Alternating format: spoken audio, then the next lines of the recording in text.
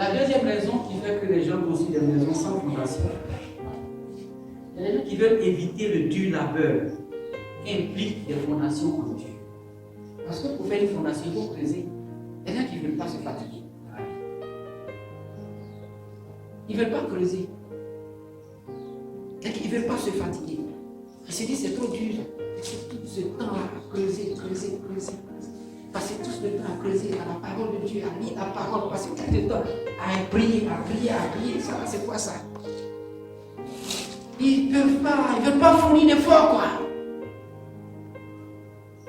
Si tu ne veux pas fournir d'efforts, si tu ne veux pas faire comme ça, si tu ne veux pas transpirer, si tu ne veux pas prendre du temps, si tu ne veux pas te mettre à part, si tu ne peux pas te consacrer, ta maison ne sera pas solide.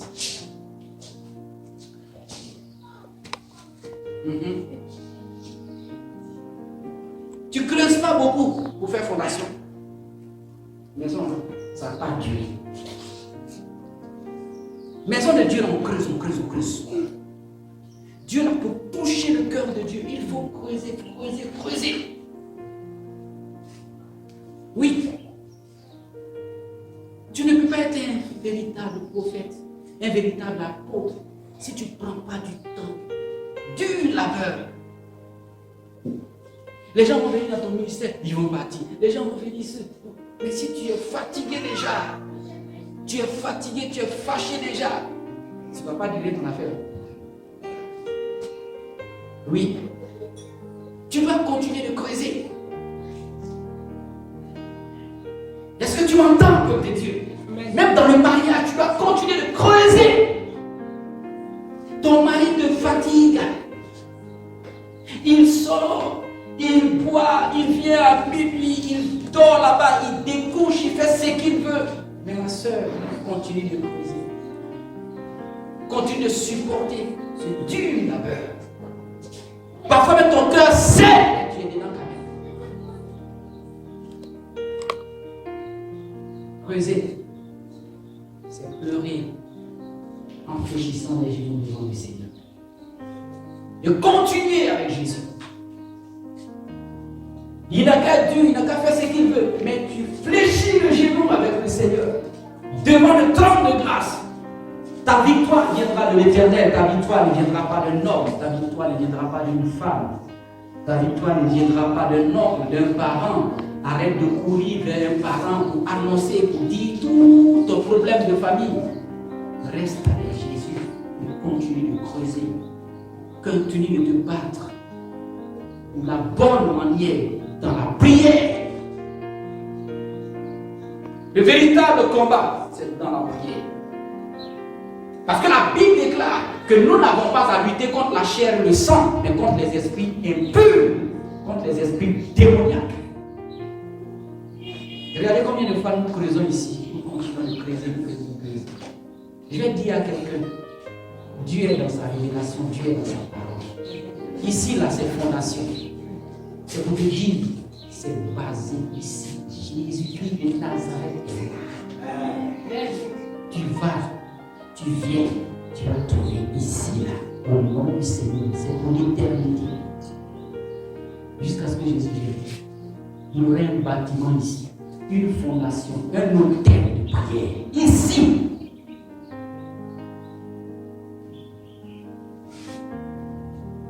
Et Dieu veut que tu bâtisses un hôtel dans ta vie. Quelque chose qui ne va jamais tomber. Quelque chose qui ne va jamais s'écrouler. Aucune crise mondiale ne peut détruire cela. La vie chrétienne, personne ne peut détruire si c'est basé sur Jésus, si c'est basé sur la parole. C'est pour cela, même quand on ferme l'église, tu demeures toujours chrétien, tu demeures toujours chrétienne. Tu continues toujours ton ministère. Oui. C'est pas ça qui va fermer ta bouche. On était assis à la maison, mais on continuait de prier, on continuait d'annoncer Jésus. On continuait d'évangéliser, on continuait de prêcher l'évangile. C'est cela, la vie qui est basée sur la parole, qui est basée sur Jésus.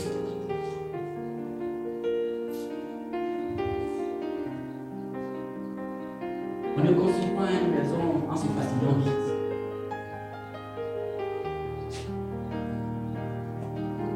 Je suis fatigué.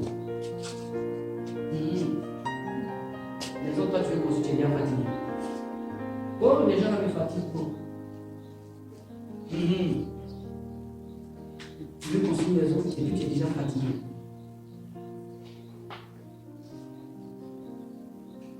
C'est-à-dire quand les sorciers font une petite réunion là-bas, c'est toi déjà qui es affecté. Il y a des gens comme ça, leur vie ne bouge pas parce qu'ils donnent trop d'importance aux sorciers. Ici, là, nous sommes à Pôle Santé.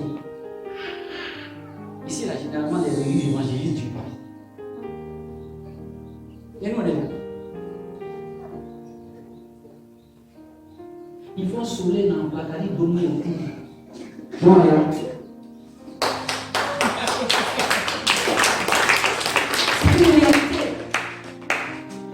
Si vous ne voyez pas, demandez aux frères qui viennent prier ici. Ils voient l'échantillon. C'est eux au moins ils prient. Ils voient ce qui se passe. Parfois ils viennent nous dire, c'était chaud, vous n'avez rien vu encore. Je vais te dire, la vie chrétienne c'est toujours chaud. C'est pour ça qu'on continue de creuser. Oui, rien n'est facile dans la vie. Même ton propre foyer là pour maintenir là, il faut être digne. C'est pas dur, c'est pas battre, c'est pas d'aller faire combat. Mais c'est dur dans la prière. L'homme là, il n'aime pas l'homme. Et quand quelqu'un voit même ton étoile, il va te combattre. Parce qu'il sait qui tu es déjà. Il sait ce que Jésus a prévu pour toi. On ne combat pas quelqu'un qui n'est pas. Donc si toi tu as un problème, et puis tu es toujours dans le problème, et puis les gens te combattent, c'est que tu es important. Tu as de la valeur aux yeux de Dieu.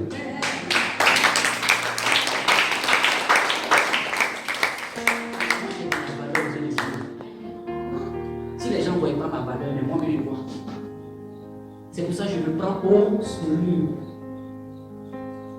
Et vous allez voir même les gens qui ne voient pas ma valeur là, quand ils vont là, ils viennent toujours ici. Pourquoi? Tu es parti, il faut partir. C'est comme quelque chose les attire ici. C'est ce qui est bon qui attire. Je vais te dire une chose. Quand il y a de l'or dans une maison, les voleurs sont autour. C'est pour ça qu'on dit que l'argent ne fait pas de bruit. Quand les gens se rentrent chez toi, il y a du diamant, il y a de l'or. Ils vont t'emmener jusqu'à. Tu vas mettre une caméra, mais ils seront toute la vie. Les sorciers ne vont tourner en autour. C'est ce qui se passe. Quand il y a le bon en toi, le diable viendra vous fouler. Et est-ce que vous entendez ce que Dieu dit dans sa parole? Il dit quoi? Il dit Satan. Il vient pour faire quoi? Il vient pour voler, tuer, égorger. Satan là, le diable là, quand il doit venir quelque part, il ne vient pas par la porte. Parce que s'il vient par la porte, tout le monde va le voir. C'est pour ça que quand le voleur veut venir chez toi, est-ce qu'il passe, il vient taper à la porte. Coco, faut ouvrir, j'ai rentré. Le voleur, quand il vient là, quand il regarde que tu es là, il retourne. Je vais vous dire une chose. C'est pour ça que je dis faites attention à ce que vous avez, ce que vous possédez. Un voleur, quand il se pointe devant la porte là, quand il sait que le propriétaire est là, il retourne. Il ne peut pas rentrer.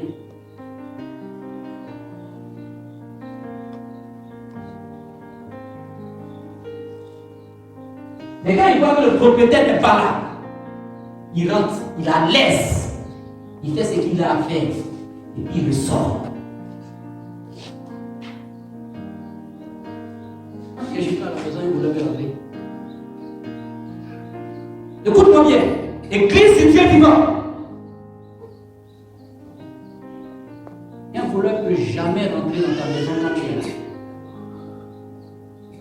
Mais quand tu n'es pas là, il rentre, il sort, il rentre, il sort, il rentre, il sort. Mais il rentre pour faire quoi? Pour semer le désordre. Il rentre pour chier là.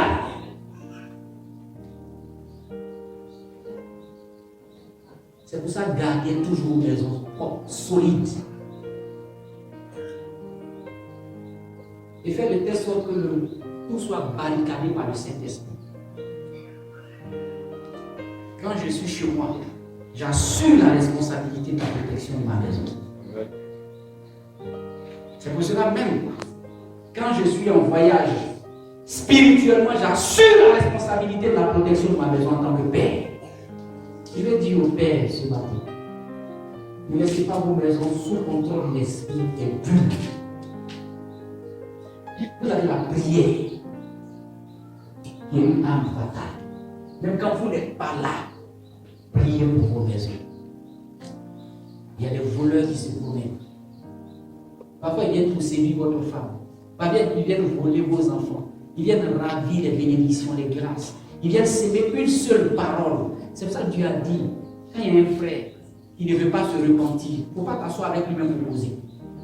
C'est ce que tu comprends. Ce n'est pas le haïr.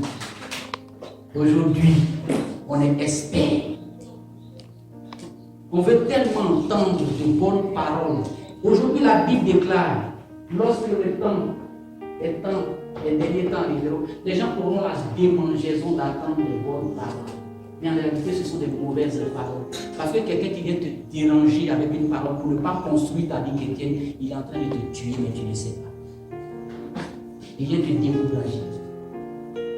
Et il va prendre les bonnes choses de l'église, il va les tordre pour venir te donner ça. Les choses qui ont apporté une bénédiction dans la vie du peuple de Dieu, il les tord à sa manière, il dépose devant toi. Bye. Vous ne connaissez pas encore les stratégies du diable. C'est pour cela que beaucoup de personnes se font prendre au milieu du peuple de Dieu. Je vais te dire une chose. J'ai trop compris ça. Je suis aujourd'hui à ma 15 années de ministère. 15 ans de ministère. Mais le Seigneur a ouvert mes yeux sur beaucoup de choses. J'ai peur de rien maintenant. Tout ce que je fais, Seigneur, aide-moi à être toujours dans ta présence tous les jours. Et chaque jour, Dieu me renouvelle. Je ne peux pas comprendre ce que Dieu est en train de faire avec moi. Je suis tellement relax dans la présence de Dieu. Et chaque année que Dieu fait me rend encore plus mature. Je vois ce que Dieu est en train de faire dans ma vie. C'est pour cela que je vais encourager quelqu'un. Demeure en Jésus. Focalise-toi seulement sur ton Dieu. Tu verras. Les gens iront, ils reviendront, ils iront, ils partiront. Mais quand ils reviendront, ils te verront encore dans une autre dimension avec le Seigneur Jésus-Christ. C'est qui fait ça, c'est ce qui est en bas de toi. C'est pas fétiche, c'est pas marrant. Mais c'est Jésus, c'est la parole de Dieu. Moi, je suis basé sur la parole de Dieu.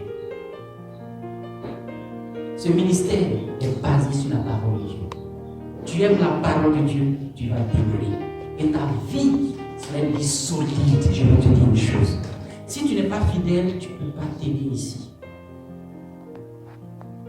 Parce que moi, ce que j'ai remarqué dans ma vie, c'est la fidélité qui me permet d'avoir toujours le miracle. Parce que je suis un homme qui est habitué au défi. Pour que Dieu me lève toujours une même difficulté devant moi. Je suis habitué à ça. Il met un problème devant moi. Quand Dieu veut me donner beaucoup, il met un problème toujours devant moi. Quelqu'un qui est habitué à ça. En d'autres termes, je suis habitué au problème. Et voilà pourquoi je suis toujours béni. Parce que quand les problèmes viennent, je n'abandonne pas Jésus. C'est pour cela que Dieu me bénit toujours. Et la grâce de Dieu est sur moi. Je suis plein de santé tous les jours.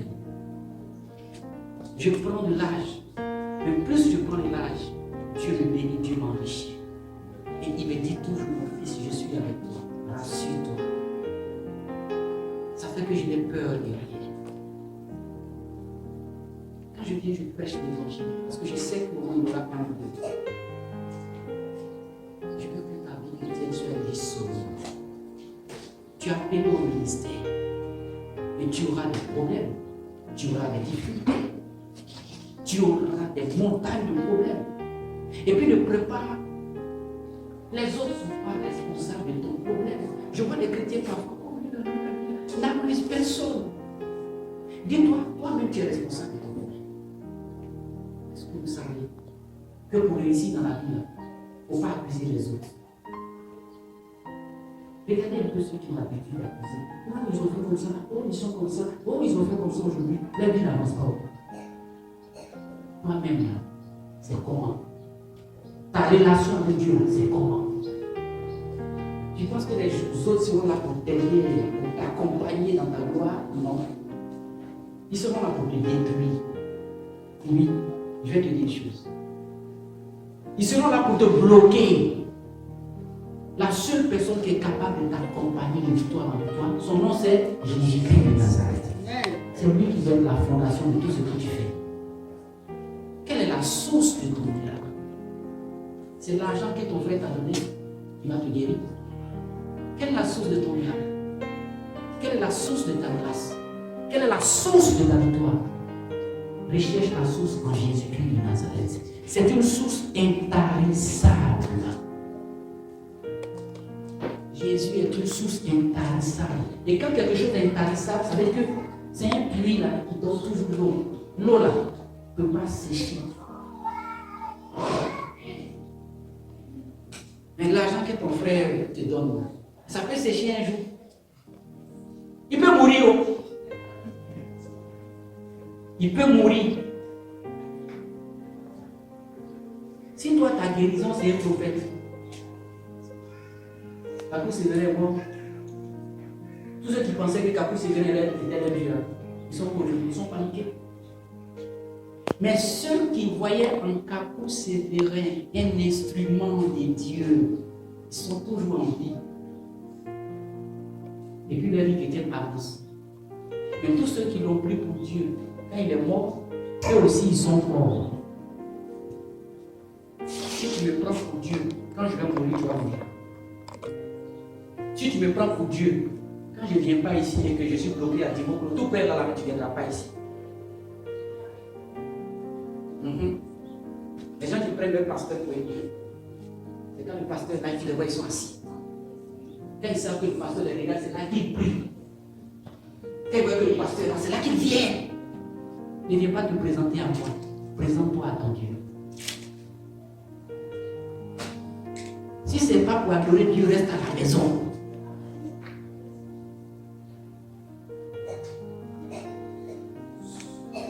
Je veux que la fondation de ta vie chrétienne soit Jésus.